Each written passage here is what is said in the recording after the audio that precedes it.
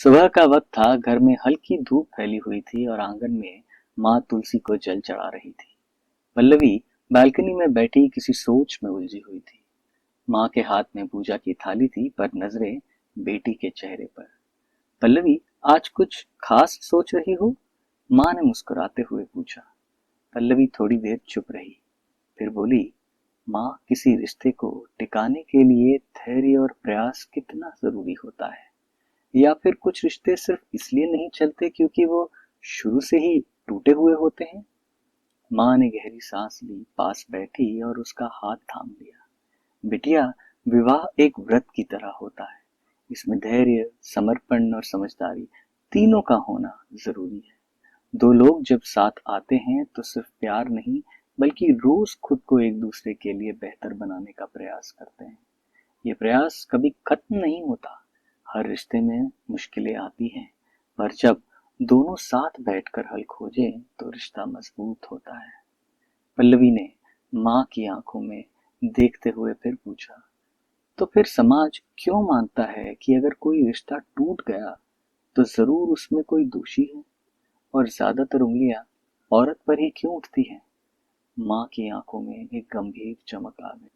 उन्होंने थाली एक और रखी और कहा, बेटा, समाज को आदत है दोष ढूंढने की, क्योंकि दोष से कहानी पूरी होती है।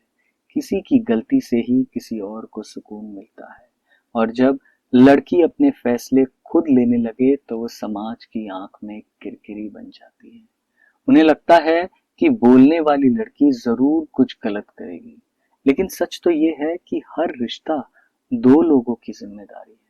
अगर रिश्ता टूटा तो दोनों जिम्मेदार हैं, कोई एक नहीं। और ये फैसला सिर्फ उस रिश्ते में रहने वालों का है, ना कि बाहर खड़े लोगों का। पल्लवी की आंखों में आंसू आ गए। माँ ने उसके आंसू पोंछे और कहा, तू फिर से शादी कर बेटी, खुशी तेरा अधिकार है, और तू दोषी नहीं है, तू बहादुर है, जिसने दर्द के बावजूद अपने लिए जीने की राह चुनी है। पल्लवी ने माँ के गोद में सर रख दिया। आंखें बंद थी, पर दिल कह रहा था, कृपया मुझे दोषी मत समझो।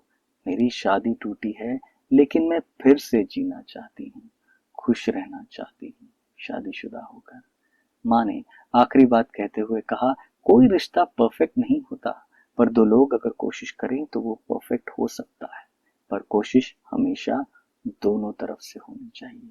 पल्लवी ने मुस्कुराते हुए कहा, माँ, मैं फिर से कोशिश करना चाहती हूँ।